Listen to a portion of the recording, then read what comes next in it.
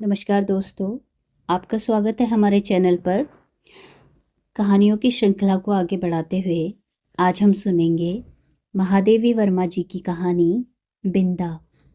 तो चलिए चलते हैं कहानी की ओर। सफेद सी आंखों वाली उस दुर्बल, छोटी और अपने आप में ही सिमटी सी बालिका पर दृष्टि डालकर मैंने सामने बैठे सज्जन को उनका भरा हुआ प्रवेश पत्र लौटाते हुए कहा, आपने आयु ठीक नहीं भरी है, ठीक कर दीजिए, नहीं तो पीछे कठिनाई पड़ेगी। नहीं, यह तो गत आषाढ़ में 14 की हो चुकी। सुनकर मैंने कुछ विस्मित भाव से अपनी उस भावी विद्यार्थिनी को अच्छी तरह देखा, जो 9 वर्षीय बालिका की सरल चंचलता से शून्य थी और 14 वर्षीय किशोरी के सलज्ज उत्साह से अपरिचित। उसकी माता के संबंध में मेरी जिज्ञासा स्वगत न रहकर स्पष्ट प्रश्न ही बन गई होगी, क्योंकि दूसरी ओर से कुछ कुंठित उत्तर मिला। मेरी दूसरी पत्नी है और आप तो जानती ही होंगी। और उनके वाक्य को अध सुना ही छोड़कर मेरा मन स्मृतियों की चित्रशाला में 2 युगों से अधिक समय की भूल के नीचे दबे बिंदा या बिंदेश्वरी के धुंधले चित्र पर उंगली रखकर कहने लगा, ज्ञात है, अवश्य ज्ञात है। बिंदा मेरी उस समय की बाल्य सखी थी, जब मैंने जीवन और मृत्यु का अमिट अंतर जान नहीं पाया था। अपने नाना और दादी के स्वर गमन की चर्चा सुनकर मैं बहुत गंभीर मुख और आश्वस्त भाव से घर भर को सूचना दे चुकी थी कि जब मेरा सिर कपड़े रखने की अलमारी को छूने लगेगा, तब मैं निश्चय ही एक बार उनको देखने जाऊंगी। न मेरे इस पुण्य संकल्प का विरोध करने की किसी को इच्छा हुई और न मैंने एक बार मरकर कभी न लौट सकने का नियम जाना। ऐसी दशा में छोटे छोटे असमर्थ बच्चों को छोड़कर मर जाने वाली माँ की कल्पना मेरी बुद्धि में कहाँ ठहरती। मेरा संसार का अनुभव भी बहुत संक्षिप्त सा था। अज्ञान अवस्था से मेरा साथ देने वाली सफ़ेद कुत्ती सीढ़ियों के नीचे वाली अंधेरी कोठरी में आंख मूंद पड़े रहने वाले बच्चों की इतनी सतर्क पहरेदार हो उठती थी कि उसका गुर्राना मेरी सारी ममता भरी मैत्री पर पानी फेर देता था। भूरी पूसी भी अपने चूहे जैसे निस्सहाय बच्चों को तीखे पैने दांतों में ऐसी कोमलता से दबाकर कभी लाती, कभी ले जाती थी। उनके कहीं एक दांत भी न चुप पाता था। ऊपर की छत के कोने पर कबूतरों का और बड़ी तस्वीर के पीछे गौरैया का जो घोंसला था, उसमें खुली हुई छोटी छोटी चोंचों और उनमें सावधानी से भरे जाते दानों और कीड़े मकोड़ों को भी मैं अनेक प्रकार देख चुकी थी। बछिया को हटाते हुए रंबा रंबा कर घर भर को यह दुखद समाचार सुनाने वाली अपनी श्यामा गाय की व्याकुलता भी मुझसे छिपी न थी। एक बच्चे को कंधे से चिपकाए और एक उंगली पकड़े हुए जो भिखारन द्वार द्वार फिरती थी, वह भी तो बच्चों के लिए ही कुछ मांगती रहती थी।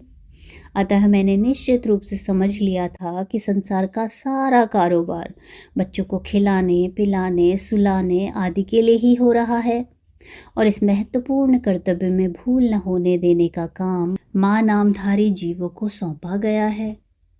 और बिंदा के भी तो माँ थी, जिन्हें हम पंडिताइन चाची और बिंदा नई अम्मा कहती थी।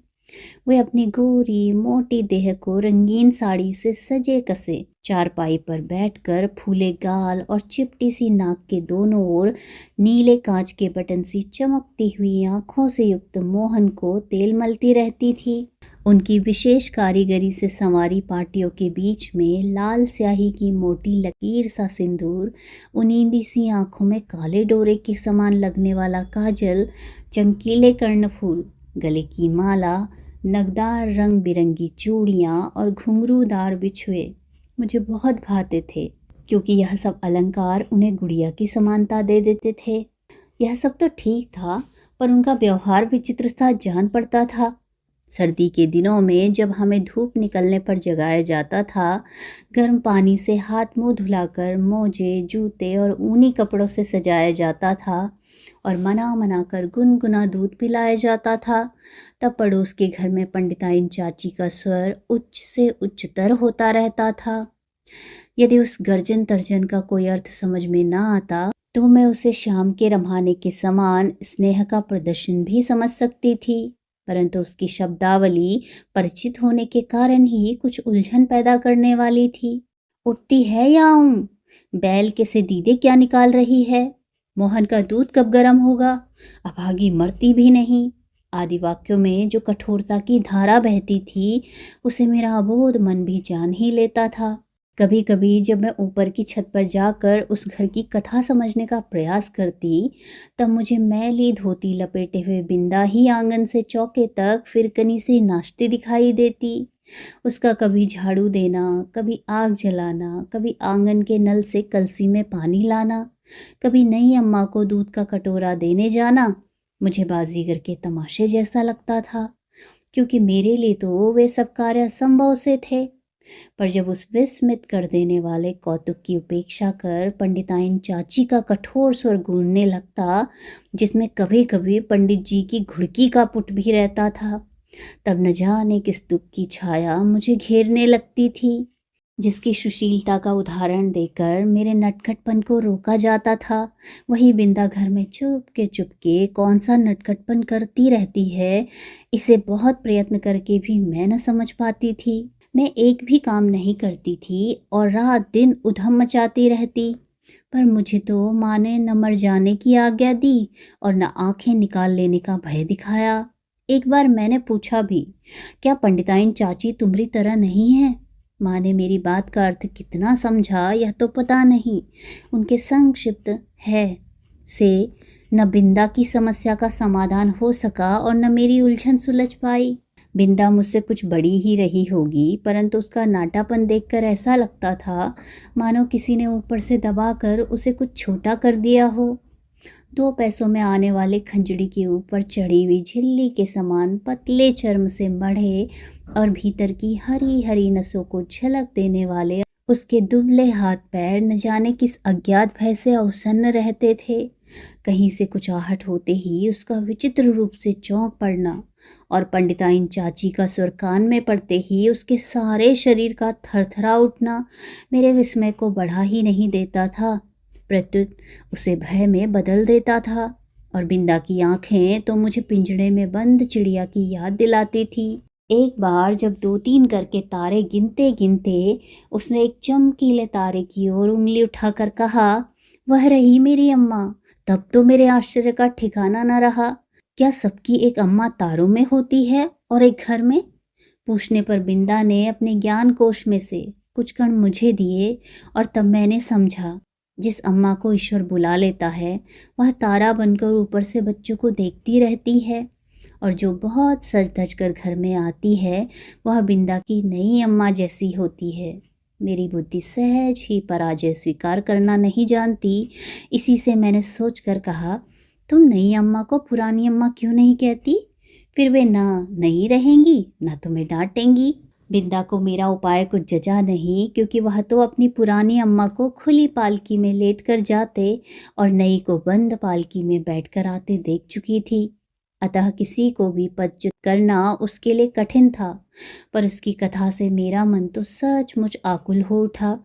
अतः उसी रात को मैंने माँ से बहुत अनुनयपूर्वक कहा, तुम कभी तारा न बनना, चाहे भगवान कितना ही चमकीला तारा बनावे।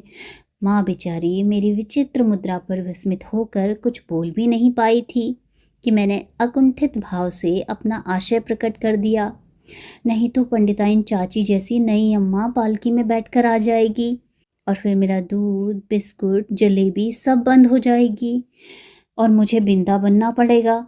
माँ का उत्तर तो मुझे स्मरण नहीं, पर इतना याद है कि उस रात उसकी धोती का छोर मुट्ठी में दबाकर ही मैं सो पाई थी। बिंदा के अपराध तो मेरे लिए अज्ञात थे, पर पंडिताइन चाची के न्यायालय से मिलने वाले दंड के सब रूपों से मैं परिचित हो चुकी थी। गर्मी की दोपहर में मैंने बिंदा को आंगन की जलती धरती पर बार बार पैर उठाते और रखते हुए घंटों खड़े देखा था। चौके के खंबे से दिन भर बंधा पाया था। भूख से मुरझाए मुख के साथ पहरों नई अम्मा और खटोले में सोते मोहन पर पंखा जलते देखा था। उसे अपराध का ही नहीं, अपराध के अभाव का भी दंड सहना पड़ता था। इसी से पंडित जी की थाली में पंडिताइन चाची का ही काला मोटा और घुंघराला बाल निकलने पर भी दंड बिंदा को मिला। उसके छोटे छोटे हाथों से धुल न सकने वाले उलझे तेलहीन बाल भी अपने स्वाभाविक भूरेपन और कोमलता के कारण मुझे बड़े अच्छे लगते थे। जब पंडिताइन चाची की कैंची ने उन्हें कूड़े के ढेर पर बिखरा कर उनके स्थान को बिल्ली की काली धारियों जैसी रेखाओं से भर दिया तो मुझे रुलाई आने लगी। पर बिंदा ऐसे बैठी रही मानो सिर और बाल दोनों नई अम्मा के ही हों। और एक दिन याद आता है, चूल्हे पर चढ़ाया हुआ दूध उफना जा रहा था। बिंदा ने नन्हे नन्हे हाथों से दूध की पतीली उतारी अवश्य, पर वह उसकी उंगलियों से छूटकर गिर पड़ी। खौलते दूध से जले पैरों के साथ दरवाजे पर खड़ी बिंदा का रोना देख मैं तो हतबुद्धि सी हो रही। पंडिताइन चाची से कहकर वह दवा क्यों नहीं लगवा लेती, यह समझाना मेरे लिए कठिन था। उस पर बिंदा मेरा हाथ अपने जोर से धड़कते हुए हृदय से लगाकर कहीं छिपा देने की आवश्यकता बताने लगी। तब तो मेरे लिए सब कुछ रहस्यमय हो उठा। उसे मैं अपने घर में खींच लाई अवश्य, पर न ऊपर के खंड में माँ के पास ले जा सकी और न छिपाने का स्थान खोज सकी। इतने में दीवारें लांग कर आने वाले पंडिताइन चाची के उग्र स्वर ने भय से हमारी दिशाएं रूंध दी। इसी से हड़बड़ाहट में हम दोनों उस कोठरी में जा घुसी जिसमें गाय के लिए घास भरी जाती थी। मुझे तो घास की पत्तियां भी चुभ रही थी। कोठरी का अंधकार भी कष्ट दे रहा था। बिंदा अपने जले पैरों को घास में छिपाए और दोनों ठंडे हाथों से मेरा हाथ दबाए ऐसे बैठी थी मानो घास का चुभता हुआ ढेर रेशमी बिछौना बन गया हो। मैं तो शायद सो गई थी, क्योंकि जब घास निकालने के लिए आया हुआ गोपी इस अभूतपूर्व दृश्य की घोषणा करने के लिए कोलाहल मचाने लगा, तब मैंने आंख मलते हुए पूछा, क्या सवेरा हो गया? माँ ने बिंदा के पैरों पर तिल का तेल और चूने का पानी लगाकर जब अपने विशेष संदेश वाहक के साथ उसे घर भिजवा दिया, तब उसकी क्या दशा हुई यह बताना कठिन है। पर मैं इतना जानती हूँ कि पंडिताइन चाची के न्याय विधान में न क्षमा का स्थान था न अपील का अधिकार। फिर कुछ दिनों तक मैंने बिंदा को घर आंगन में काम करते नहीं देखा। उसके घर जाने से माँ ने मुझे रोक दिया था, पर वह प्रायः कुछ अंगूर और सेब लेकर वहाँ हो आती थी। बहुत खुशामद करने पर रुकिया ने बताया कि उस घर में महारानी आई है, क्या वे मुझसे नहीं मिल सकती? पूछने पर मुंह में कपड़ा ठूस कर हंसी रोकने लगी।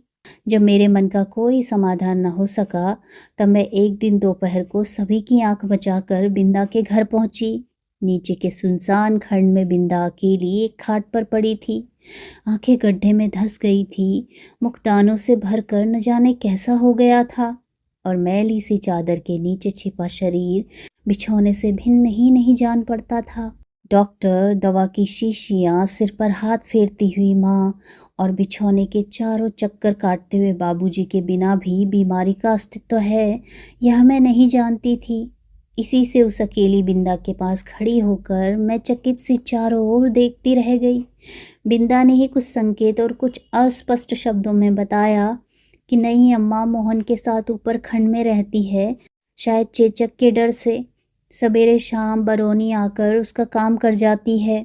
उसके बाद फिर बिंदा का मिलन संभव न हो सका, क्योंकि मेरे इस आज्ञा उल्लंघन से माँ बहुत चिंतित हो उठी थी। एक दिन सवेरे ही रुकिया ने उनसे न जाने क्या कहा कि वे रामायण बंद कर बार बार आंखें पोंछती हुई बिंदा के घर चल दी। जाते जाते वे मुझे बाहर न निकलने का आदेश देना नहीं भूली। इसी से इधर उधर से झांक कर देखना आवश्यक हो गया।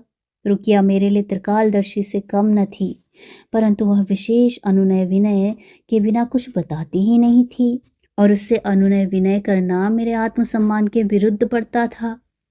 अतः खिड़की से झांक कर मैं बिंदा के दरवाजे पर जमा हुए आदमियों के अतिरिक्त और कुछ न देख सकी, और इस प्रकार की भीड़ से विवाह और बारात का जो संबंध है उसे मैं जानती थी। तब क्या उस घर में विवाह हो रहा है, और हो रहा है तो किसका? आदि प्रश्न मेरी बुद्धि की परीक्षा लेने लगे। पंडित जी का विवाह तो तब होगा जब दूसरी पंडिताइन चाची भी मरकर तारा बन जाएंगी, और बैठ न सकने वाले मोहन का विवाह संभव नहीं।